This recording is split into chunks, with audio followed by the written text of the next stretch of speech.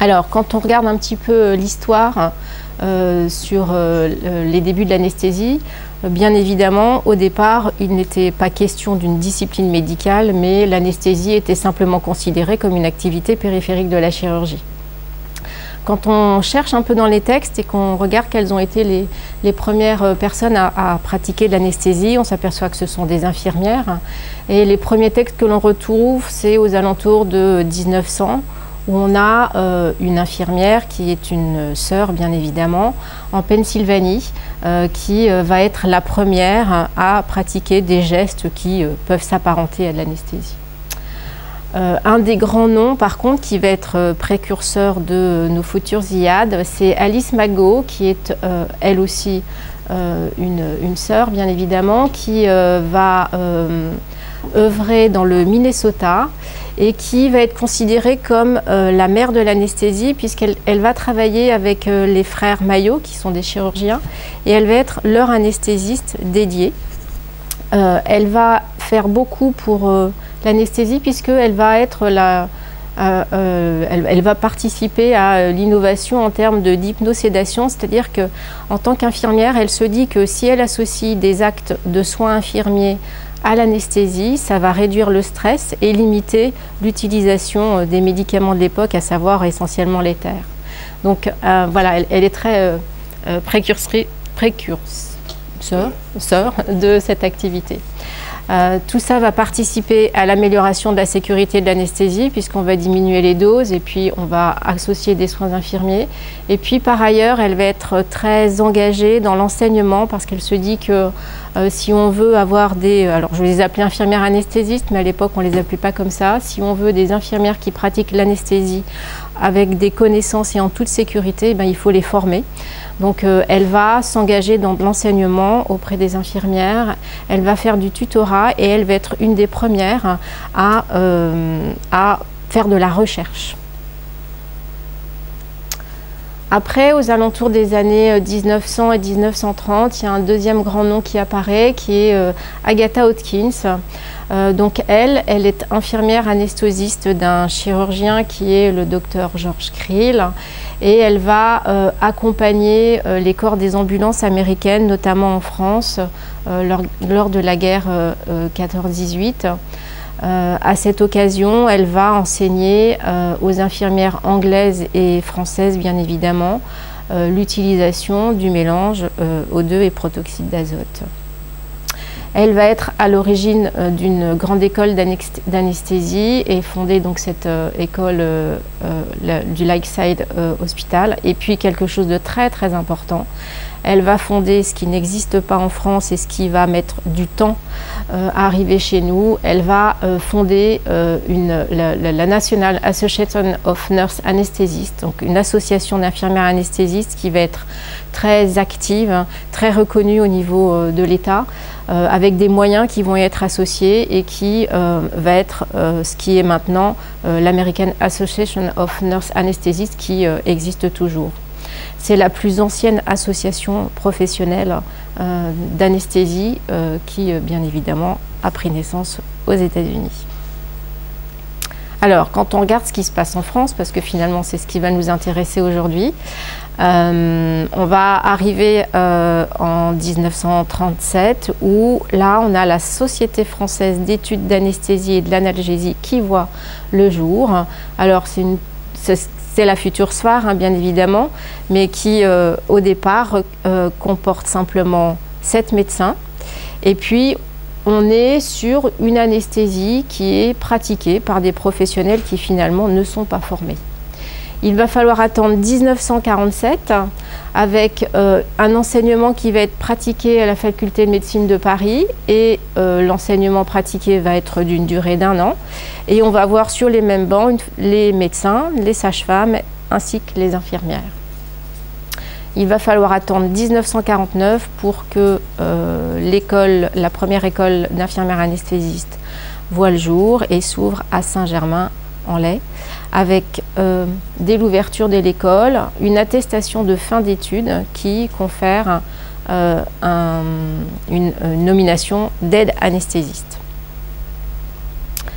Alors, il faut savoir quand même que jusqu'aux années 60, l'infirmière, alors, qui va être aide anesthésiste, elle est non pas sous la responsabilité d'un médecin anesthésiste, mais elle est sous la responsabilité des chirurgiens, hein, bien évidemment.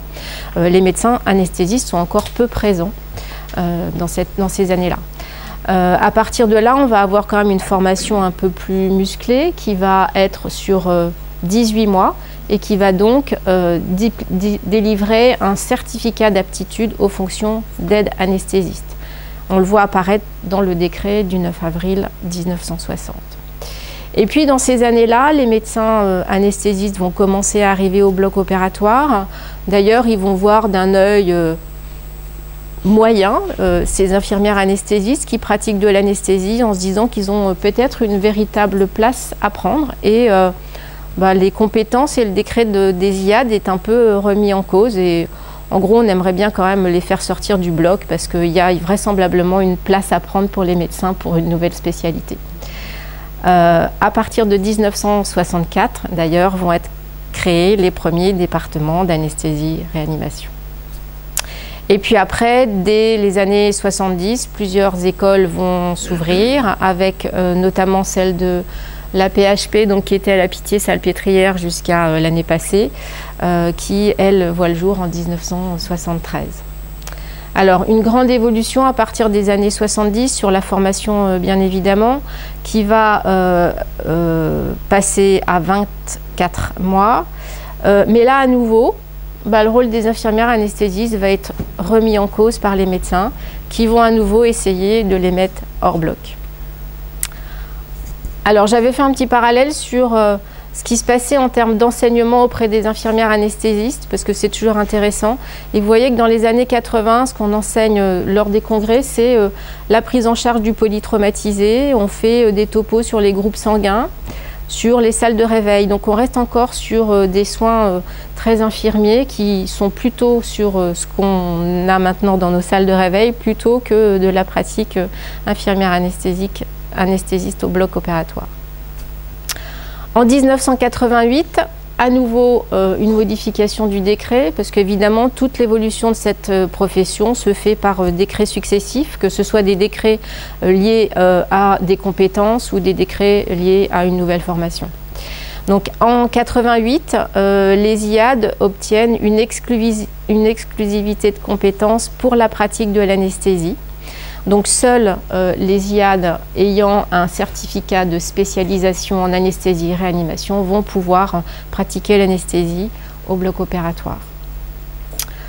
L'infirmière aide anesthésiste, elle va s'appeler ISAR comme vous le savez, et puis là on va arrêter de contester la place et le rôle de l'infirmière anesthésiste au bloc opératoire. Donc là on commence à se poser et on arrête d'avoir envie de nous remettre dans la rue, mais eh bien évidemment on va y aller nous-mêmes dans la rue parce que à chaque fois qu'il y a une modification de décret, ça soulève quand même beaucoup d'interrogations et où nos rôles sont remis en cause, donc on est dans la rue bien évidemment pour se faire entendre. Et enfin en 1991, on va avoir notre diplôme d'état d'infirmière anesthésiste qui va être créé avec, pour la première fois, la création du corps IAD au sein de la Fédération publique hospitalière. Donc là, je vous ai mis notre diplôme qui existe depuis 91. Malgré tout, en 91, ça va toujours pas. Donc on est à nouveau dans la rue pour aller défendre notre belle profession face au gouvernement qui nous remet encore en cause. Alors, pourquoi on est beaucoup dans la rue dans ces années-là? C'est parce qu'il y a une rénovation en 93 du décret des missions. Alors certes, ça apporte une uniformisation de l'enseignement dans les écoles d'IAD, ce qui est plutôt une bonne idée. Mais à chaque fois qu'on module les décrets, il y a du gagnant-perdant et l'idée c'est d'essayer d'avoir les points les plus positifs possibles. Un point important dans toute l'histoire de l'anesthésie, et là qui concerne vraiment tout le monde, c'est en 1994 vont être éditées les recommandations de bonnes pratiques en anesthésie-réanimation.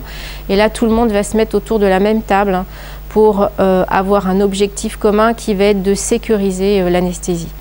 Donc il va bien évidemment y avoir la SFAR qui va être représentée, mais aussi le SNIA, donc le Syndicat national des infirmiers anesthésistes, et le CEIAD qui vont participer à ces échanges. Tout ça va produire un décret en 1994 que vous connaissez parfaitement, qui va mettre en avant la qualité de la pratique de l'anesthésie, les organisations à avoir au sein de nos établissements, la sécurité avec l'obligation des salles de réveil, l'utilisation et le contrôle des dispositifs d'anesthésie. Donc là, on est vraiment sur un contrôle qualité de l'anesthésie afin d'amener une sécurité optimale. 1997, il y a un décret qui va à nouveau apparaître et qui va être fort discuté. On discute la place de l'IAD dans les ambulances du SMUR. Alors ici, je sais qu'on est sur un grand site de SMUR, mais voilà, ça a été beaucoup discuté, comme vous le savez, et on a même imaginé pouvoir les écarter totalement en disant qu'elles n'avaient aucune plus-value dans les ambulances de SMUR. À nouveau, un groupe de travail sur les compétences va être mené pour essayer d'aboutir à quelque chose qui va être performant. Alors, sur les années 2000, de la même manière, l'évolution de l'anesthésie fait que les congrès présentés évoluent et on regarde un petit peu ce qui se passe. Donc, dans les années 2000, on parle d'anesthésie ambulatoire. Donc là, de la même manière, on va commencer à avoir des IAD en dehors du bloc habituel. On va faire un parallèle avec tout ce qui va être anesthésie hors bloc, donc que ce soit toute la radiologie interventionnelle et ces sites-là. Et puis, on va bien évidemment parler des urgences préhospitalières avec quelle place pour les IAD dans les SMUR. Évidemment, tout ça nous reconduit à nouveau dans la rue. Donc, dans les années 2000, on recommence. Ça a été assez violent dans ces années-là. Bien évidemment, tout ça pour arriver à un nouvel arrêté de formation en 2002. Parallèlement à ça, on continue les enseignements auprès des infirmières anesthésistes dans les congrès où là on commence à s'intéresser plus particulièrement au terrain des patients qu'on va endormir. Donc là, je vous ai mis des exemples, hein, c'est le diabétique, la personne âgée. Et vous voyez que le dernier point, c'était anesthésie et assurance qualité parce que ça devient quand même quelque chose d'assez prégnant.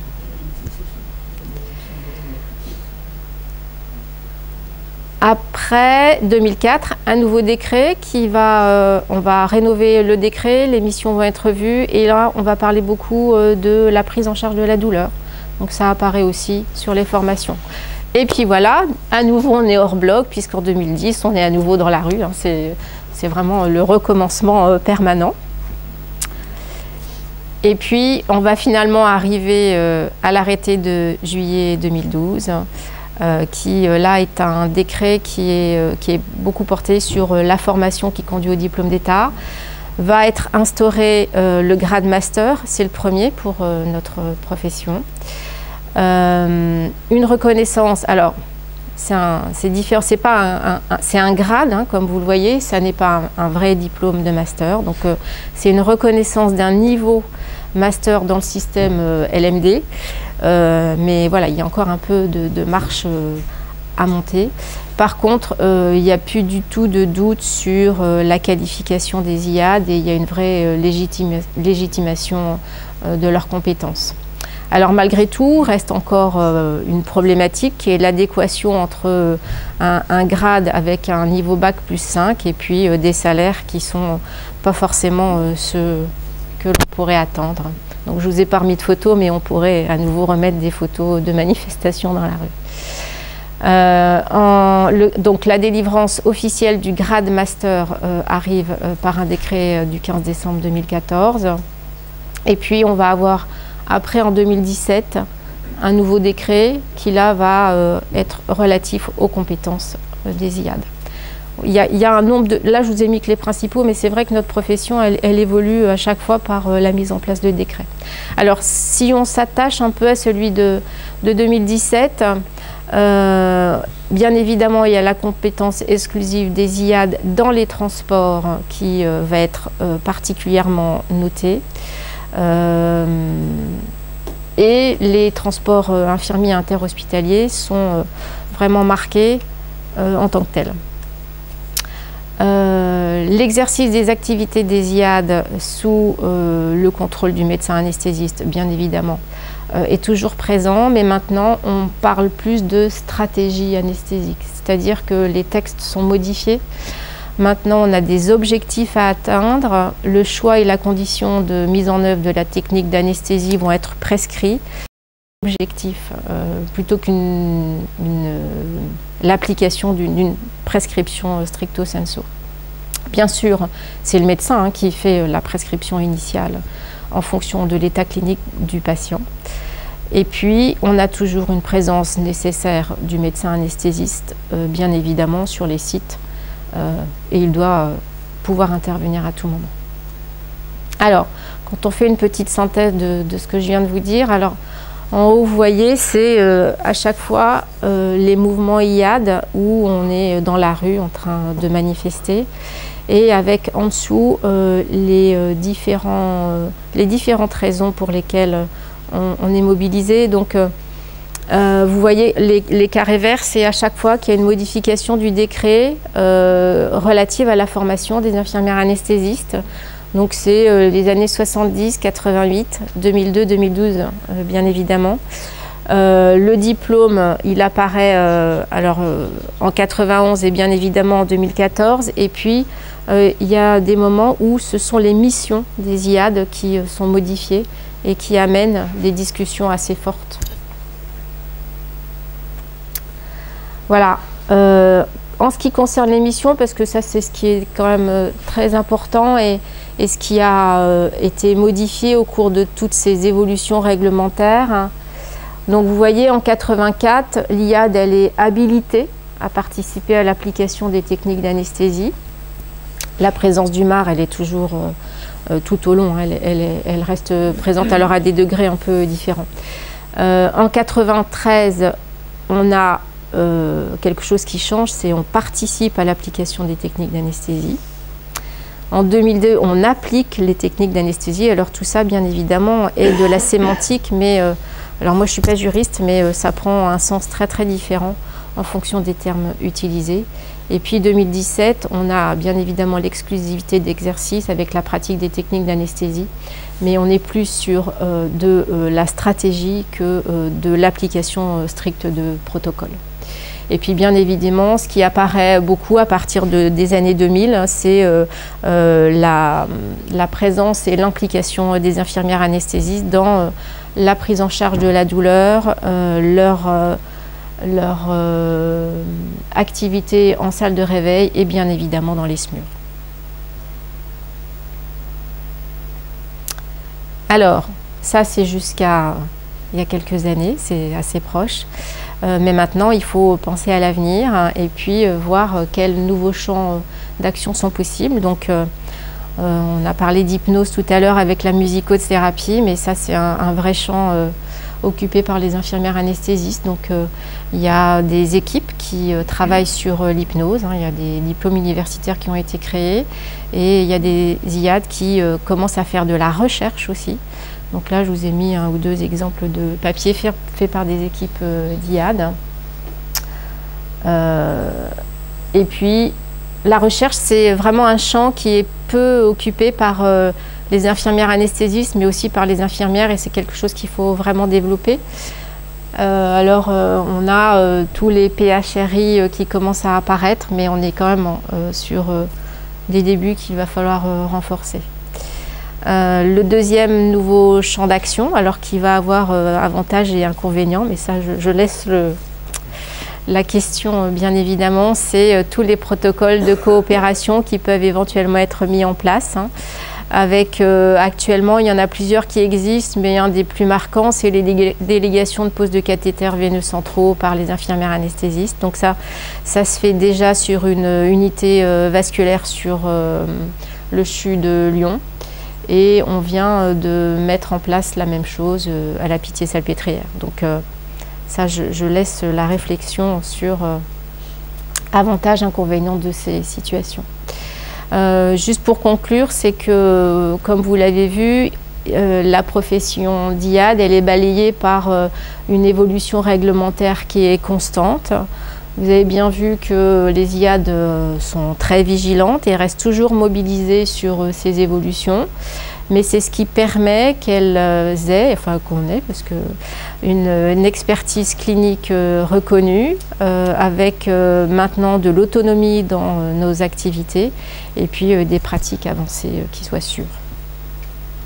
Voilà ce que je voulais vous dire rapidement.